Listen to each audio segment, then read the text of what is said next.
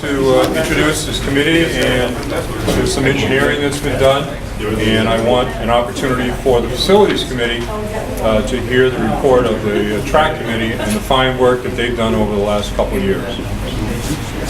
Yep. Good evening, everybody. My name is John Marinowski. I'm the chair of the Pemmy Baker Community Track Committee.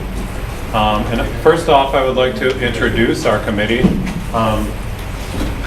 Our secretary, Charlene Whitman, co-chair, Andrea Lamoureux, our treasurer, Shane Tower,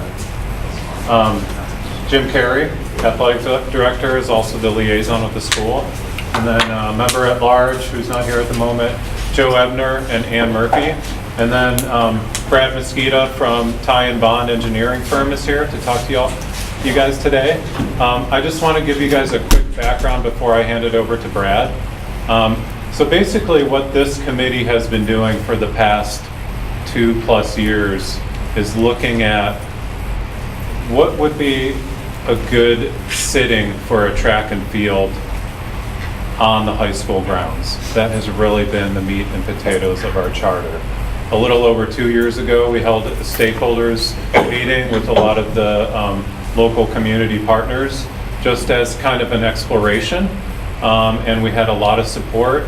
So what we did from that time on was we raised $8,000 with the help of New Hampshire Charitable and others, and we were able to bring Ty and Bond on board, and Brad has been helping us out come up with some conceptual drawings throughout the school grounds, and that's basically what we're here to talk to you today about. So really our objective today is to, once we wrap up, is to seek your guidance. You know, we basically have 3 options on the table, and this committee would like to come away with moving forward on one of those options, if you so feel fit. Any questions for me? Are you going to present the options, or is he going to present? Okay. Thank you. So without further ado, I'm going to hand it over to Brad. You can't see through you. Oh, I'm right there. That's nice. No, I'll move. No damn much I do. Good evening. As John had mentioned, we were brought on to talk with the committee about putting in a track, putting in a new field, and we have gone through all the different sites throughout the campus of where it might fit, looking at topography, looking at solar orientation, looking at what it might displace that you already have. So a lot went into more than just, you know, where can we plop it down on here. The 3 areas that we did look at, first one, there was potential of going out behind the existing elementary school and using, putting it out behind the school around the existing field. Now that, as you can see from the existing property line information, got to be fairly tight, and with topography, as you get out beyond the end of the property, there's a steep drop off down towards the river. So as you can imagine, as we're trying to get a level field in with a level track around it, when we're going down a hill, we're trying to almost cantilever it on the side of that slope. Fairly significant grading. We would get into quite a bit of retaining wall, and as we kept going through the motions of pros and cons of this particular site, this one kind of, in our minds, worked itself down to, let's say, number 3, just based on location and topography.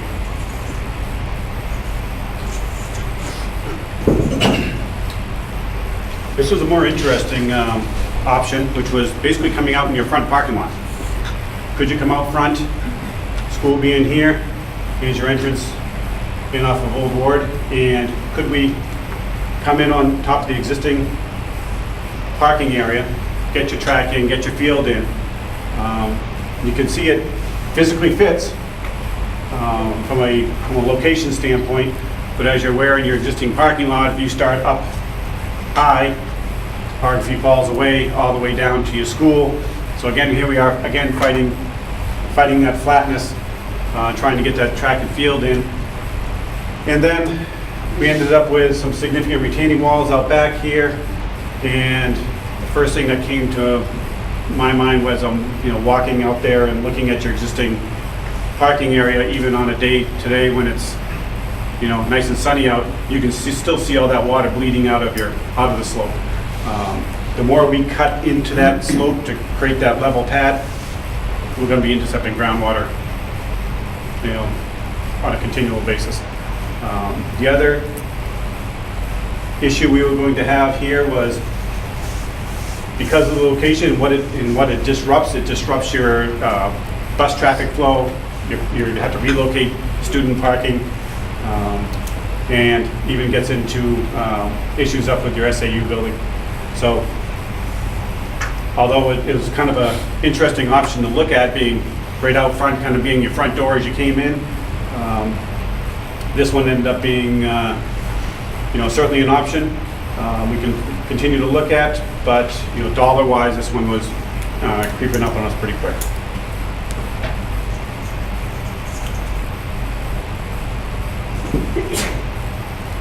Third option, which some would deem the most logical option, is to come right out here around your existing football field. There had been a previous design done out there in the past. It does fit. This is your existing road down the side. There are your tennis courts, basketball courts, or tennis and basketball. That square right there is your existing press box. To fit this configuration of a track, we would be pulling it into the hill somewhat to get it to fit, because the whole idea was could we get the track in here without losing what you already had, which is the press box. We can. A couple things we worked on here. One, we do end up with a retaining wall as we cut into that hill that slopes right out in front of us here. The other issue was, what shape of a track are we looking at? When you look at a running track, obviously they're all 400 meters, hopefully. That's what you're running on a lap. But they can be a little squattier, a little wider. There is some room for different configurations. And you will adjust those configurations based on what you anticipate to use on the inside. If it's strictly a football, you might go with a longer, what they call an equi-quadrant track, which is a longer standard track that you saw for years up until, let's say, the mid-90s. And then there's a shorter, squattier track that would come in this way a little bit on either end, but it would get wider on us. If you go to a standard, it would go to what they call an IAAF, which is the International Amateur Athletic Federation, which is more of a European style, basically because it's wider, squattier, fits a soccer field a little bit better. But based on your configuration, if we're going to use it here, we're going to go with a longer, thinner track. The other plus side here wasn't a lot of relocation of things you already had. We would have to relocate, the drive that goes out back here over by the baseball field. And the thought would be we would locate field events for the track. Could be done in the D zones here and here for a high jump, long jump, triple. And the only two things that are not shown as of right now are pole vault and javelin. Javelin typically isn't done inside the track anymore. So we would find an adjacent field, whether it's soccer down here or up here in the baseball field. And then we'd have to find a place for a pole vault runway. So right now, this one, when we looked at preliminary pricing between the three, this one came out, on very conceptual planning based on what we have for information so far. This looks like the cheapest alternative with the least amount of disruption. Right now, we're looking at, we were kind of tasked and we kicked around as talked with the committee of, what are we looking at for a track? Are we looking at 6-lane, 8-lane? Are we looking at 6-lane track with an 8-lane straight?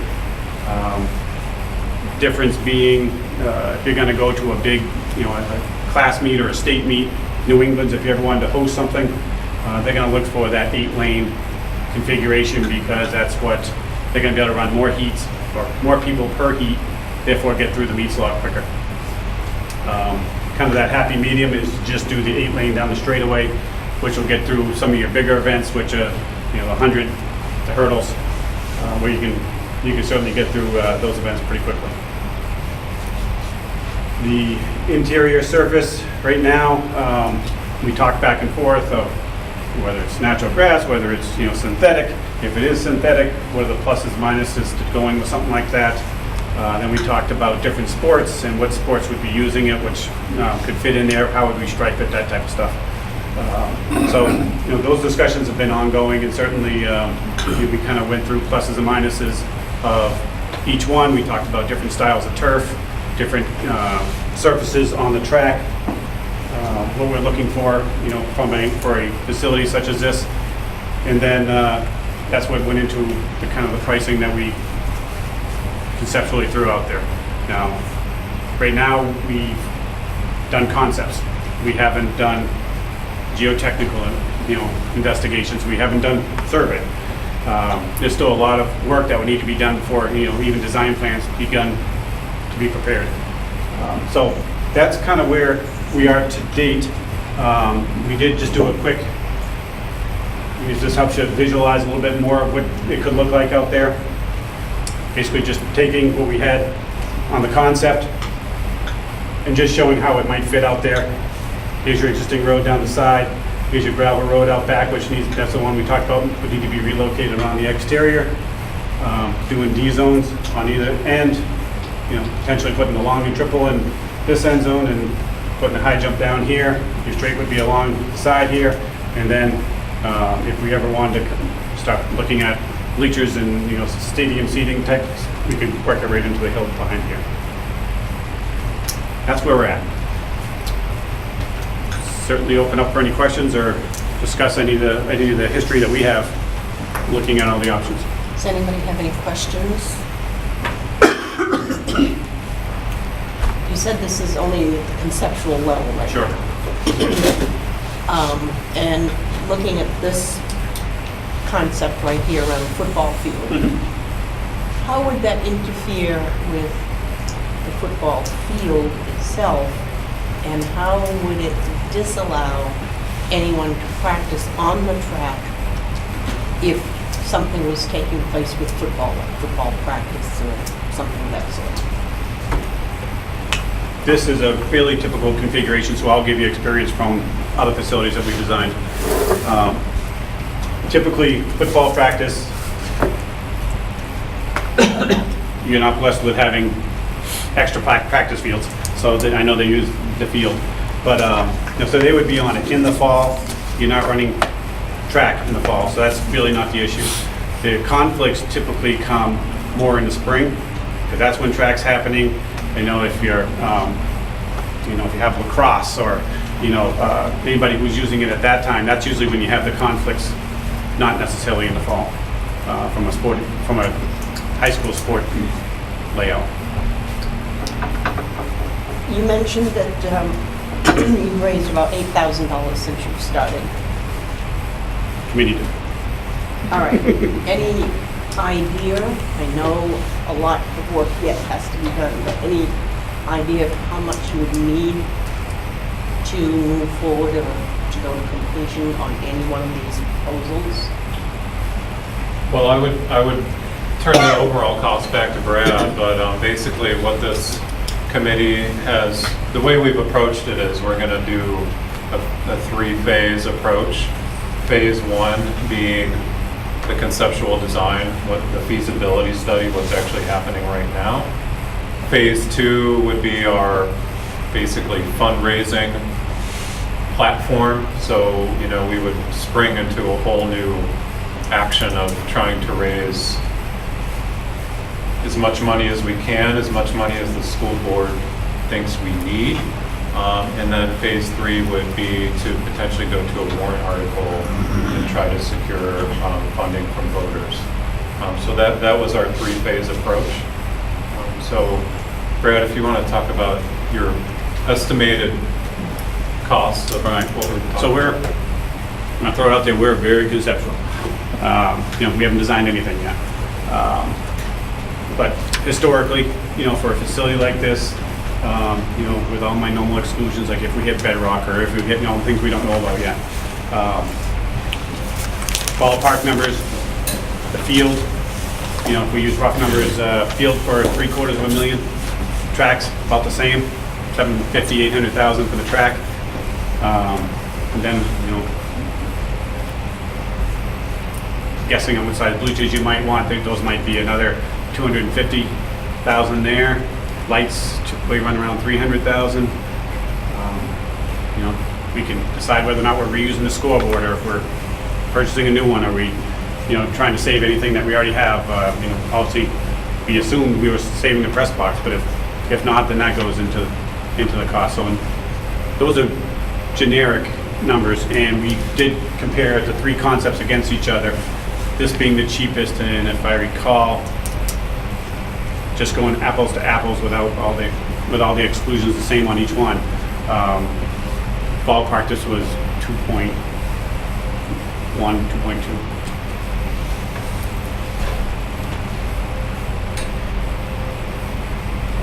That's 2.1, 2.2 million. Correct. Okay. Does anybody else have any questions they'd like to ask at this point? Do you have more information that can be distributed to the committee members, like what you have presented here? I can certainly provide you with digital of anything we have here, whatever you would like. If you just give me an email address, I can certainly forward That would be nice. I'd ask that you send it through to either the superintendent. Okay, why don't I forward it to John and But- can get it out. Thank you. Sure. Thank you for your presentation. Any other questions, specifics to anything else that you know from your site that, that's just from local experience that you might be able to shed on why something does work or does not work? Thanks. John, are you looking to get anything else for tonight?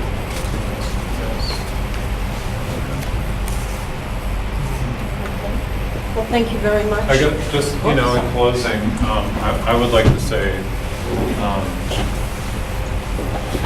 the benefits, I know you guys all know the benefits of a track and field facility. Track being one of the most participated in sports in the high school. If we look in our name, the Pemmy Baker Community Track Committee, we're really dedicated to the community as well. So, if you ever go down to Laconia, go to, O-Pee-Chee Park, night and day, you always see people walking the track. I just feel like this project really rings true in terms of, we could potentially partner with other organizations. Holderness Private comes to mind, Plymouth State potentially. I think about the health and wellness of our students and of our community, and this just contributes to all of that. And I know you guys can appreciate that, but I think honestly we have some catching up to do. We're one of the few schools in New Hampshire, Division II, I believe, that doesn't have a track. So I think it's time. So I just want to leave it at that. Anything else? All right, thank you very much. I'd like to go back to the beginning of the committee meeting. The agenda review and disposition. Mark, Bruce, do we have anything to change to the agenda? No, Madam Chair, I'm all All set. set. The minutes of the last meeting, the facilities committee minutes of September 18th. I'm looking for an approval, a motion to approve, and a second. Walter? Motion to accept the minutes as read. Okay, motion. Second, thank you very much. Motion has been made and seconded. Is there any discussion on the minutes? Okay. The members of the committee, Lisa Ash, Ross Beachman, Walter Joyce, Bernie Sullivan, Christy Duras, Barbara Noyes, and the alternate is Kathy Hahn. So from those committee members, do I have an approval? Everybody approve? All right. We'll move on to the CTE building renovation update. Yes, Madam Chair. Between Mr. Parsons and I hope we can update you on the status of the CTE Center. The most complete area of the building now is the third floor. I think board members saw it, and we took a walk through the last time we were together. The finishing touches, the millwork is being put in now, finishing touches in the bathroom. So that area should come available to us sometime late in October, early in November. Bruce has a plan to slowly bring in, we're going to start with special education programs will go in first, and then followed by our health occupations program. So that is the way we're going to phase in occupation of the third floor. John has met with town officials, the fire chief, and the building inspector. He does have a certificate of occupancy for that area, and we're not going in until it's absolutely ready because for a lot of reasons. But we should be on our way there. The second floor, which houses culinary arts program and marketing. That's coming along. That will be the area that we get into. Marketing will get in first. Culinary, because of the nature of a kitchen, will take some time to get in there, and that will be probably later in November. And then the autos area will be the last area that we have access to because we're actually building an auto body area. So. And that will be late November into December. So we're phasing it in. We're not rushing anything. We've blown past all of our deadlines. So we're going in as safely and as calmly as we can. And everybody has done very well within the existing building, but we are a little bit cramped. Mr. Parsons, you want to fill in on details? Sure. So we don't think- The third floor, as Mr. Halloran said, we're a little behind, but the plan that I put together encompasses getting in a small group of students who need to be acclimated to that area. When I'm taking them out of their home base where they are now, I want to give them at least 3 to 5 days in their new space. But I'm waiting for, as Mark said, the completion of the bathrooms. There's some mill work that needs to be done, and we get the okay from the state fire marshal. I'm hoping maybe by the end of next week that I can move those students over. Then part 2 would bring the rest of Danae's program into that area. Again, giving them a solid week or 2 before I open the main doors to bring the health lock program in.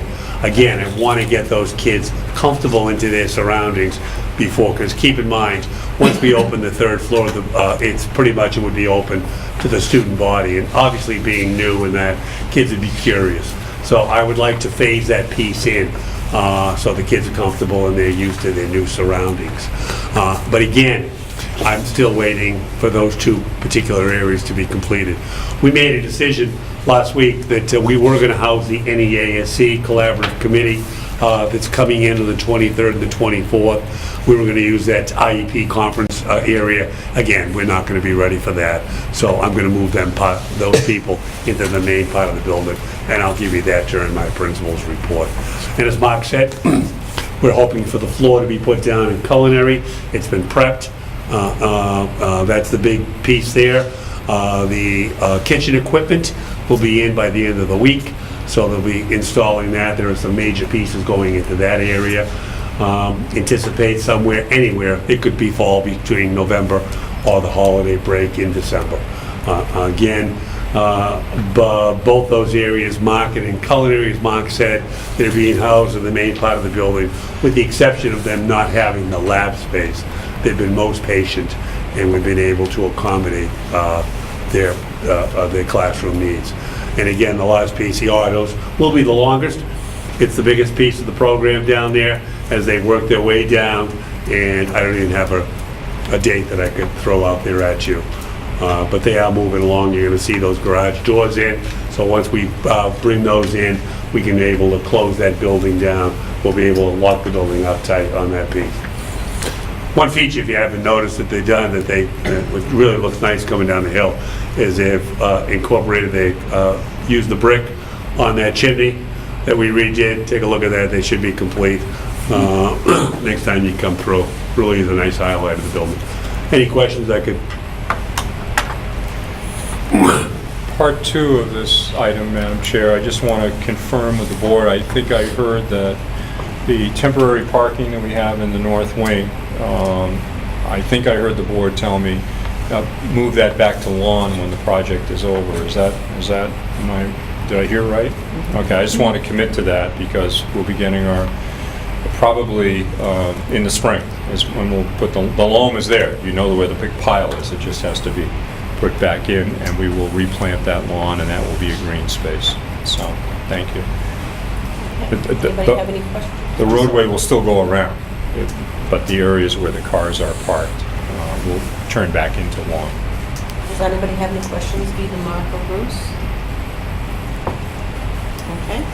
We'll move on to the restroom upgrades. Yes, I just conceptually, and I spoke with the board chair today about this. We wanted to just inform the board that we have gender-neutral facilities in all areas of the building. And what the principal and I and the facilities director would like to do is sit and look at all existing restroom facilities and map out something, where the plumbing is, what our options are, so that as the building moves forward and the district moves forward, there are comfortable options for everybody housed in the building. So I'm not looking for any policy changes. All we're doing right now is where's the water, what are our options, what do restrooms in the 21st century look like, who uses them, and go through that whole process of really turning a 20th century bathroom traditional into facilities that you see in airports and in public buildings everywhere. You know, those of you that are on college campuses see them. What do these facilities look like? So that we take privacy concerns and other matters certainly into account. So that's where we are on the issue, and we'll move forward with that once this building project is over and done with.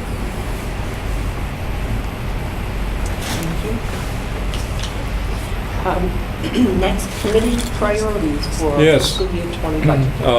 All of us in administration are beginning the process of putting budgets together for this budget season. And we do this usually in the fall with the Facilities Committee. Is there anything that the committee wants us to take a look at through the budgeting process in terms of the facility and the grounds?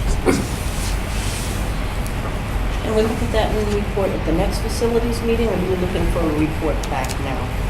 If anyone had any thoughts, I'd certainly take them now, but through the budget process, if there's something that you say to yourself, you know, they ought to get on the stick and fix something, or they ought to do something about this, or they ought to do something about that, now is the time to bring that forward, so we can take a good look at it, and if it needs to be addressed immediately, then it would be part of a budget process.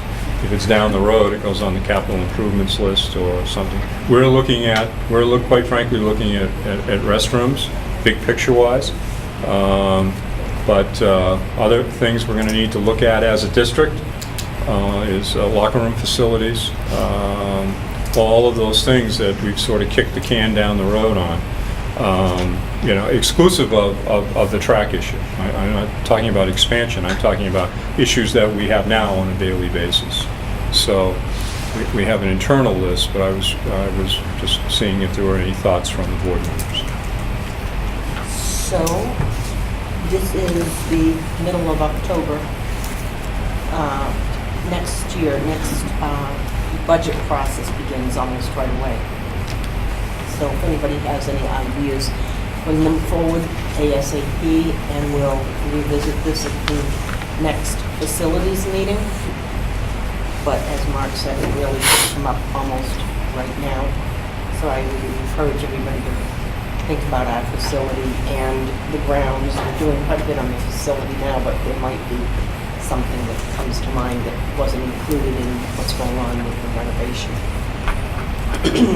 Anything else to come before the facilities committee at this point? No? Our next meeting is scheduled for November 19th. And at this point in time, it's 5:30. I would entertain a motion to adjourn. Lisa? And a second to that motion? Ross? Okay, so we have a motion and a second to adjourn. All those in favor? Okay. Any opposed? All right. This facilities meeting, committee meeting is adjourned. You're on, Mr. D? Yes. You have the approval of the minutes of September 18th. No objection, they'll be accepted as printed. And they are at-risk brochure. Yes, the administration is going to pull that for the evening. We still want to review that. It got out a little bit ahead of us. So we're going to pull that, and you will see that. Perhaps you'll even see Tennille Torino, our school psychologist, at that meeting when she talks about resources that are available. So we're going to pull that for the moment. The next item, is that all right with everyone? The next item on the agenda is the revised restraint policy.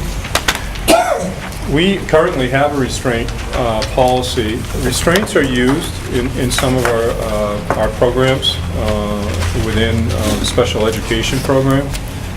Students that are housed here as the best location for their education. We have trained personnel. Some work for Bill White and Associates. Others work for us, who are trained on how to work with students.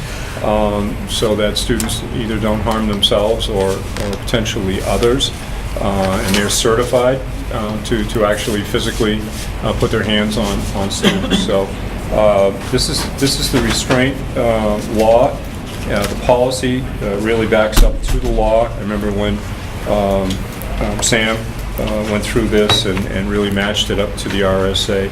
The underlined area in the law is what has changed from the previous legislative session. These are legislative changes to the law. So the attached is the updated use of restraint and seclusion policy. The only changes are on the first page, and they are underlined, and they are in the definition section of restraint. And you can see it under 1A, and then B, 1 and 2. And then way down in 5. So they are legislative changes that took place. So we would just have to modify our policy? We would just incorporate modify. the new changes? Exactly, yes. So this is, could be your first reading, or you could say it's a legislative change, move it forward, get the board to pass it, and we'll move on. It's up to the committee. How do you feel about that? You want to just move the legislative changes onto our policy? Yes. Okay, you recommend that to the full board, next meeting? Yes. Peter, second? Yep. Yep. Bernie, all those in favor say aye. Aye. Opposed? Okay. Thank you. The next item is? Mr. Rosner is out in Rumney with the building committee. We have sort of an issue in Rumney with the building. So John Francis and Dan and Ethel are out in Rumney tonight. We have a visit from the state because we're on a list of potential districts that may get some state money to help take care of some issues. So they're meeting with that building committee tonight. So in the short run, I'm sort of a miserable replacement for Mr. Rossner, but I'll do the best that I can. As you know, we are governed by Senate Bill 2. The Rumney School District and the Pemmy Baker School District are the two school districts in SAU 48 that are governed by Senate Bill 2.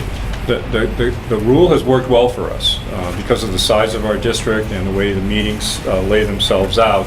It's actually been a form of government that has been successful for us, and I have no beef. I have no beef with the law. Some superintendents seem to have beefs with the law. I don't. It's worked well for us here at the Pemmy Baker District. There have been changes to the statute with regard to the default budget. And Dan knows it better than I. He works with it on a daily basis.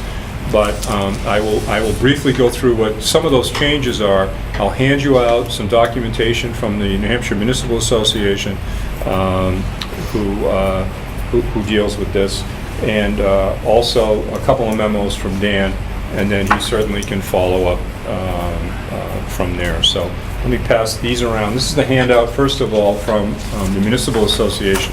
And this is a pretty good format. Rather than be a legal memo to you, it's actually frequently asked question format. And I'm not going to read the questions and the answers to you, but the overview is what's changed, what amounts must be taken out of last year's budget, what's a one-time expenditure. It lays itself out very nicely. And so the long and the short of this is that when we prepare your default budget, two things have to happen. We need to, one, comply with this law, which is a lot tougher. And there's another memo here, but I'll hand it to you after I do an explanation. One of them is sort of a tricky law, a tricky piece to the law. We used to be able to, when we go out for busing, we go to multi-year contracts, and Neil Robertson would lay out the amounts. You've all seen the contracts that we've approved. And we just roll those into our regular budget, and then roll those amounts into the default budget, because we're required by law for K through 8, and this district, within its articles of agreement, is required to provide busing. So we have just put those added amounts into the default budget. The law now says, oh, no. The law now says, or the interpretation of the law is, you have to put last year's number in the default budget. So say we have a 2% increase in transportation. We need to put the last number the voters voted on into the default budget. And if the default budget passes, and you want to continue that transportation contract, I've got to go find the 2% somewhere else in the default budget. So that's a tricky piece to the law. It may be looked at in the next legislative session, depending on midterm elections, because elections have consequences. So they'll take a look at that. But for this budget, those are the small little details that we're going to have an eye on. So we're going to have a little pool of money that says, if the regular budget doesn't make it and the default budget is accepted, I've got to scrounge around for X amount of dollars to fill some of these holes. Some of those contracts are nursing, busing, snow plowing, those sorts of things that we've gone out to bid on. Now, there is a solution to that, and that is every time we go out to bid, then we would take a busing contract, a nursing contract, a snowplow contract, put it in a warrant article like we do as a collective bargaining agreement, and then that would be perfectly acceptable if it passed. But that would be a matter for boards in those years to make those decisions. So that's where we are now with the default. Also, at your budget hearing and at your deliberative session, we need to spend more time with the default budget, just highlighting what the changes are from the existing budget. That's also part of the law. Many people said, districts don't do a very good job explaining the default budget. And we've taken the approach here is we announce what the default budget is, have it available for folks, but we don't talk a lot about the default budget. They just know what the number is, and that's what it is. So at both of those hearings, who's ever doing the presenting will spend a little bit of time on the default budget. So that's sort of the long and the short of the change in the law. It's something that we need to be on top of, but I don't think it's anything that will give us a hard time. We just got to pay a little bit more attention to it. And I will pass these. Do you have any questions, Mark? If we put say, busing or nursing on a separate warrant article and it doesn't pass, Yeah. what does that mean? Well, no means no. We have no nurse, no busing? Yep. And I suppose that's the risk you take, Yeah. or you just put in last year's number and live with it. But we've always taken the approach, if the voters say no on a warrant article, that's the end of the story.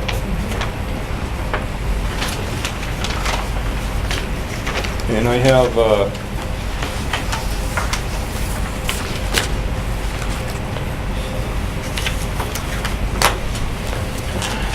Mr. Chairman, with your indulgence, I have a memo from your bond counsel with regard to post-issuance tax compliance policy and procedures for tax-exempt obligations.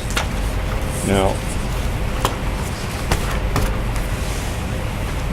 I can hand this out, and you can tell me, go do what you need to do, because bond counsel's calling the shots. I'm not dreaming anything up. Or you can spend a lot of time, and I will do whatever you want. Why But don't you hand out Sam? Sam's got a lot of time. Never have enough time. Mr. Rosner was going to come and talk to you about this, but again, he's in Rumney. So we will have to pass a policy on this, but as I said, it's all laid out for us. It's not, we're not going to have public hearings on it. You comply with the bond or you don't. So, Do you have enough? Do we have more of these? Why don't you give us a month to read this stuff? okay. Do we have any more of these? No. At least a couple of weeks, I'll just pass them down. Okay. for those of us that are interested. So it will appear in a future agenda. Fair enough? Revenue appropriations update. All right. This is a little easier. The thing that was in the packet that we got? No. No. Okay. You're gonna find all that.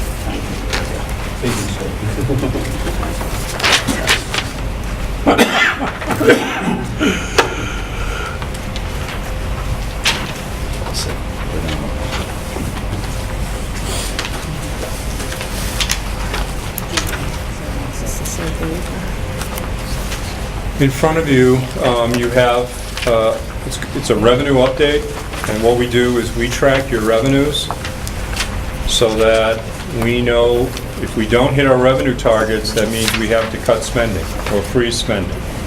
So it's very early on in the process. So what you can see is on the left-hand side, it says tax basis. Those were our goals when we got our assessment. Those were our goals for this year.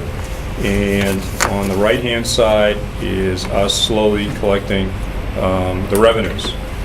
Unreserved fund balance is all set. It's money already in-house. Equitable education aid, we've received a little less than $500,000 of the $2.2 million that we're going to receive. Medicaid, it's very early in the process, obviously. IDEA, Title I, a little bit of the money is in. We haven't done our tuition billing yet. Earnings on investment, it's doing very well, but that's sort of the float on some of the bond money.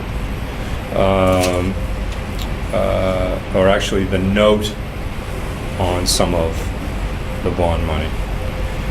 Thermal Rex, we did our first sale of our Thermal Rex. That's the program where we are saving on energy and we get to sell Thermal Rex in the marketplace. Then others is some E-rate and refund of things that have been going on. The Perkins grant is in. Adult basic ed, some of that money is in, and a couple of federal dollars are in. And then there's a little money going through the hot lunch program, a little over $18,000. So you can see we're just short of $1 million in revenue that has come in already. And then down underneath, you can see the assessments paid by the communities. And that's the money from property taxes that go towards paying the bills. And they range from 35% down to 25% of the money. And that's just a timing. That's just a timing issue. So that's your revenue situation at the moment. Appropriate. Any questions on the revenues? Mr. Mack? Appropriations is on the website, and I didn't run copies of this report. It's very early on. If you want a copy, we're happy to run one for you, but the lines are tracking just fine as they do after the first quarter. There's really no excitement at the moment. We have a couple of bookkeeping misapplications, but other than that, the lines are tracking as they should. Where are you carrying the building? Building is on its own. This is the operating budget. Building is on its own set of. But you have $218,000 in the building improvements, That's just local things that we're doing. unrelated to the bond. Unrelated to the bond. Yeah.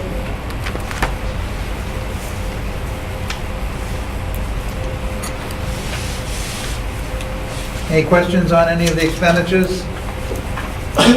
Mark highlighted a couple of things. I think his own staff has to go in and make some corrections, not so much that there's a significant error in reality, but rather in just tracking down a couple of things, why they have expended so much, et cetera. All right, we'll look at it again next month, maybe.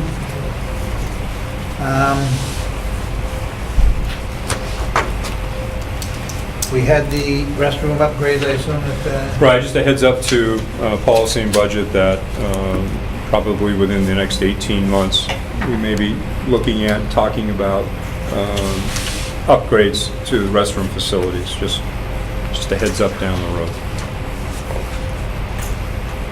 We won't have to do that in the addition, No, that's all set. No, we're all set. All set. Any other questions on the restrooms?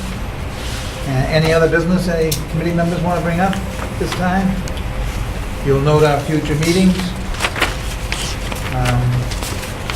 The next one being on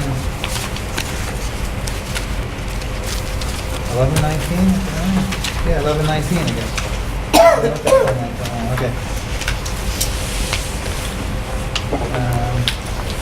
There's nothing else. I'll entertain a motion to adjourn the policy budget. Second. Peter, seconded by Sam. Any discussion? All those in favor say aye. Aye. Contrary minded, no. Vote affirmative, I declare it.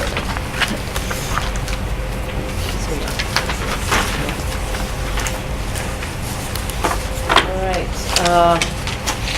We will open program and staffing, agenda review and disposition.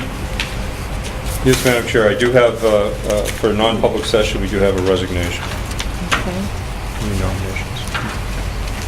And unless there are any changes to the minutes from September 18th, they'll stand approved as written. Any comments? All right. Class size numbers, trends. Mr. Parsons just going to update you on what he's found for class sizes and trends and where we're light and where we may be a little bit heavy, and just a general overview. As you know, when we do budgeting, sort of based on what the kids feel like they're going to do in the spring for the fall, and when in fact we have some turnover of kids and kids change their minds. So the reality is in the fall when they decide which classes they're actually going to go to and stay in and stuff. Mr. Parsons? Thank you, Mr. Howard. Yeah, the kids have settled in.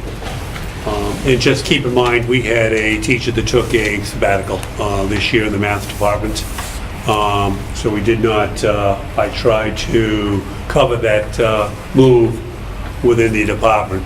So my math numbers, quite honestly, are high in some of the courses. When I say high, I say anywhere between 24, and there's a couple of classes that could be 27, 28. Teachers are handling it well in that particular area. So I don't anticipate when the move comes back, when Mr. Havey comes back next year, those numbers will even up. It was particularly, freshman class was pretty big, but again, the numbers evened off. Your English classes go anywhere from 15 to 24, which are not, they're manageable. Science, the numbers, they're more than adequate. Keep in mind, we follow the state standards in science, no more than 24 in a class. So we're pretty much bound by that for lab safety and all that. World languages, which is an elective, Mark will talk about that. out of the study that came out of Holden. But those numbers are good. Again, they could be in the high 20s, the mid 20s. Spanish 1, 2 can get in that range.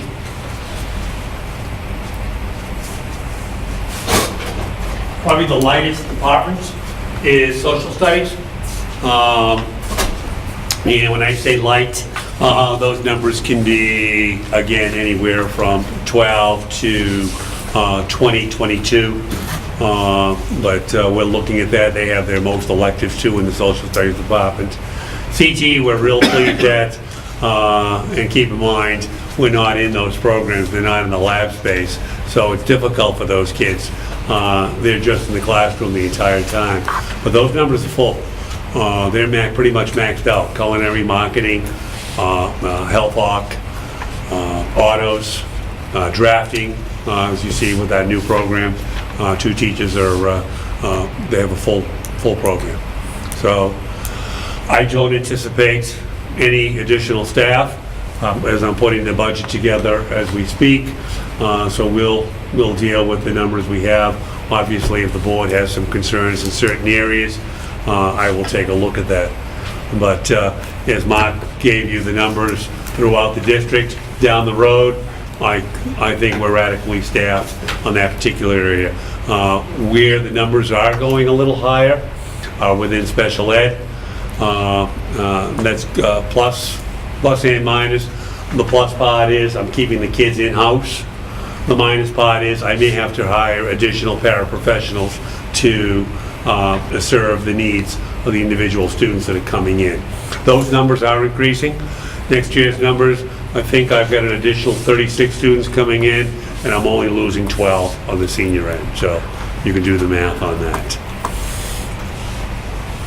I'd be more than happy to if you have questions or concerns in a particular area. But the budget will be status quo, other than the special ed paraprofessionals.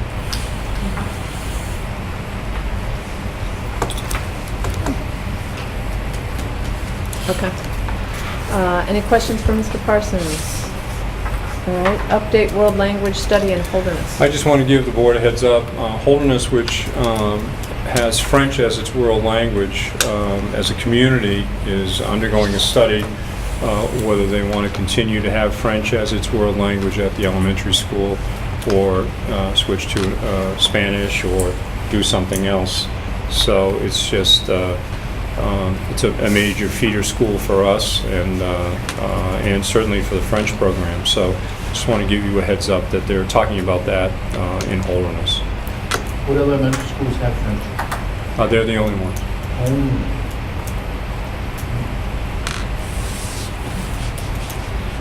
Are they discussing this because of the numbers they're getting, or lack of teachers, or? No, the teacher actually is retiring. So there's always been a conversation of French or Spanish, or do we do something else?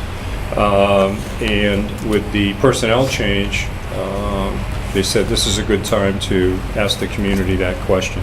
Okay. So that the motivating factor is the personnel change. All right. Possible co-curricular nominations?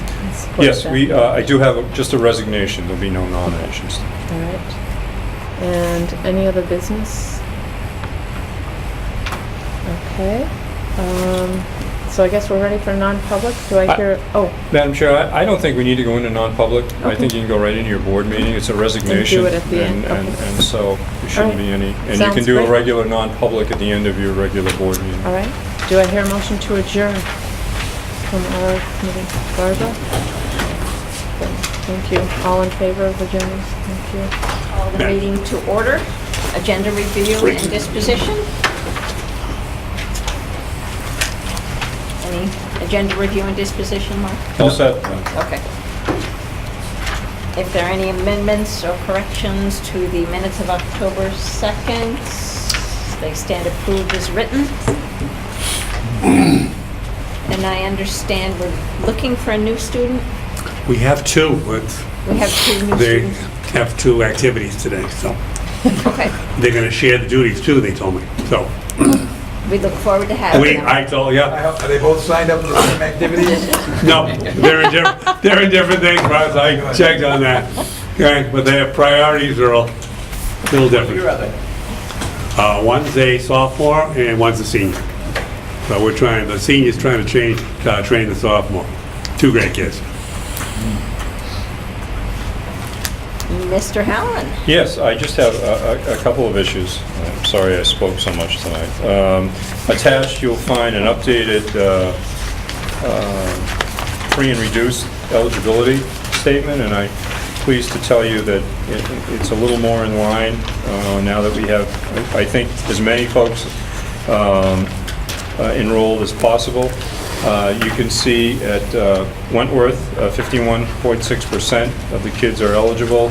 Rumney at 41%, Plymouth 35, 32, and Campton works its way down.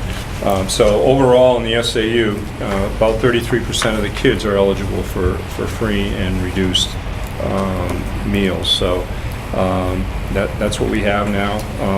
40% is a major threshold for our schools. That's when you qualify for the fruit and vegetable program, which is a great program for the entire school. And you'll be pleased to know that 3 of our schools took some of their grant money and using the grant money to support the fruit and vegetable program also. I think it's Plymouth, Thornton, and Campton are doing that. So that's a critical program for all of our kids, whether they qualify for free and reduced or not. That allows healthy snacks and fruit to be available for kids all day long in the schools, along with a breakfast program and a lunch program. And we've also, as you know, we're doing some of the, 2 of our schools, Rumney and Wentworth, have been involved in a pilot program for take dinner home with you. So that's been fairly successful for some of our families. So we're heavily involved in the feeding business. Ross? Could you explore for us the cost of the high school adding that program? Sure. You said you looked at my budgetary ideas. Yeah. That would be one we could consider.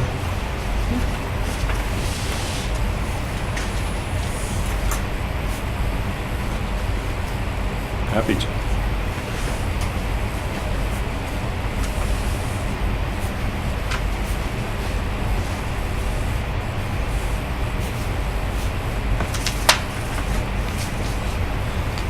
Also attached is a draft of a meeting schedule for the second half of the school year. We would come right back on Thursday, January 3rd, with a board hearing and a budget hearing that night. And again, the budget hearing is for input on the budget. And then the real deadlines for us are posting for your deliberative session, which will be held on Tuesday, February 5th. That's where we walk through the budget and all the warrant articles to prepare for the ballot in March. So that chart is in front of you. If anyone has any issues with it, please let me know. But I tried to stay as true to the schedule as possible.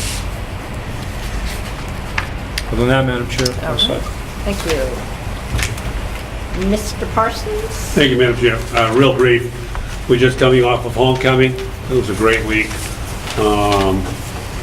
Kids had a lot of fun.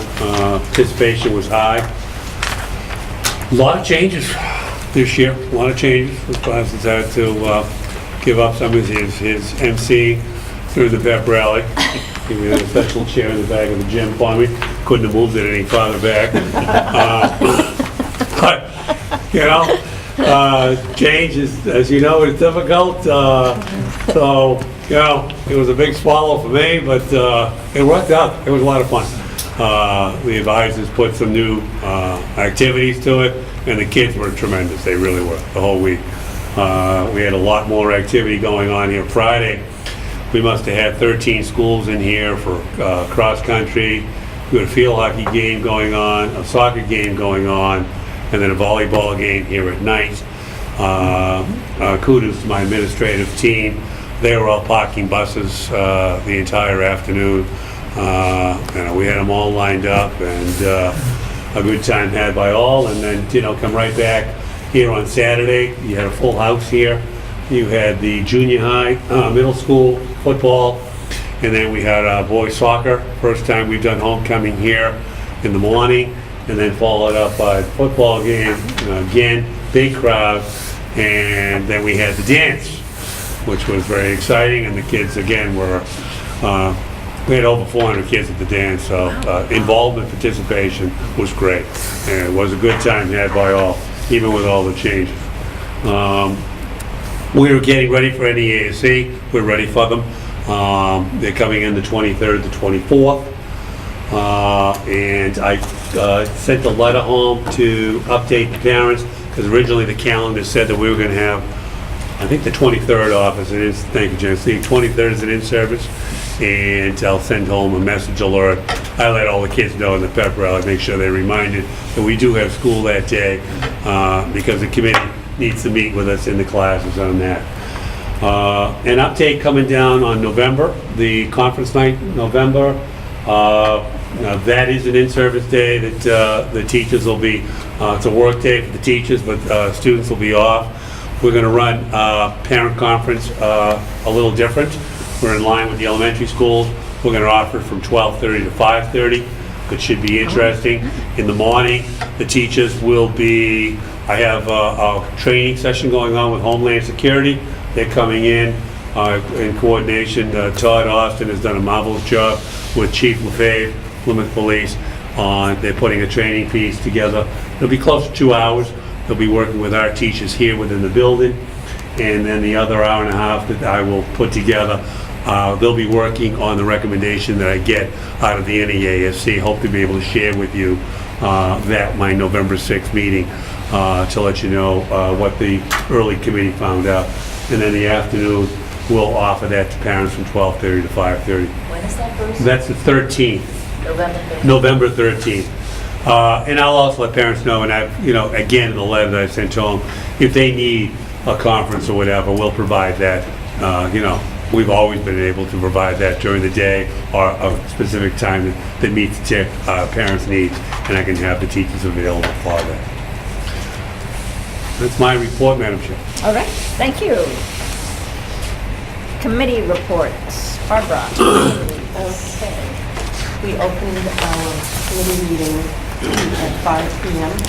and it started off with a introduction from the track committee, the Penny Baker Community Track Committee, explaining to us who they are, how they evolved, and where they're at within exploration of recommendations for a potential track on our facility.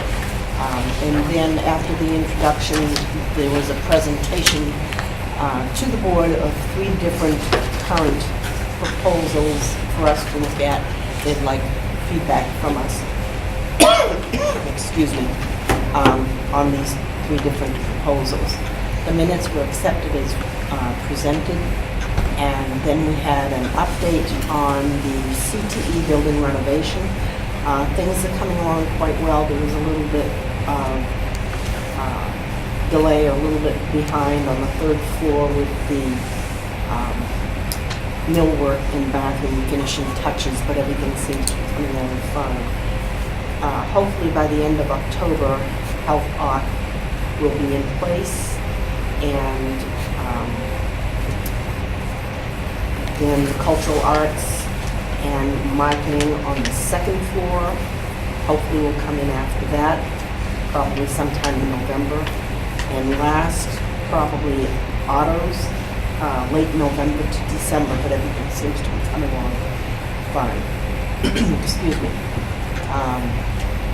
There was a request from the administrative office for our committee to come forward with suggestions for priorities for facilities, inside and outside, building and property, for the fiscal year 20 budget, which we'll be working on very shortly. There's no other business to come before the committee, and our next meeting will be November Thank you.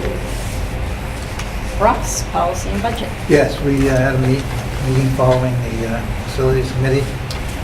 We reviewed our minutes and approved them as printed. The next item was an at-risk brochure, which the administration asked that we postpone until the next meeting. The next one we took up was a revised restraint policy. The legislature has made some changes in the area of definitions to the restraint policy, and we incorporated those changes into our policy. We're recommending that that be done by the school board now. So a recommendation from the committee is a recommendation to adopt the legislative changes to the restraint policy. All those in favor? Aye. Opposed and abstaining, so unanimous vote there. Dan Rosner was going to give us a presentation on the default budget, the new law. Dan is in Romney, so Mark pinch hit and gave us a lot of material to read regarding that and several other matters. But the bottom line is that the default budget has to be more, be presented with more definition and explanation to the voters at the hearing and at the meeting. So we will do that in preparation for the upcoming January hearings and February meeting. We had a restroom upgrades, but that was handled in facilities committee. We reviewed the appropriations and the budget revenues, and both of those are in line, understanding that the revenues reflect only a very small portion of the school year, and that some of those numbers are lower than we'd expect if we were getting our as we'd like, but some of them are consistent with the towns and sending districts' needs as well. So there's nothing unusual in the appropriations side, and Mike's going to give us a new one next month that will better explain the actual numbers. There was no other business to come before, and our next meeting is on the 19th of November. Righty, thank you. Maureen? Yes, the Program and Staffing Committee met as well this evening and started out with approving the minutes from September 18th. Mr. Parsons went over the class size numbers with us. He said with the exception of math, the rest of the classes and subjects are looking good as far as numbers, and he does not anticipate additional staff for next year's budget. Our math teacher, one of our math teachers is on sabbatical, and so the numbers there are high this year, but should equal out next year just fine.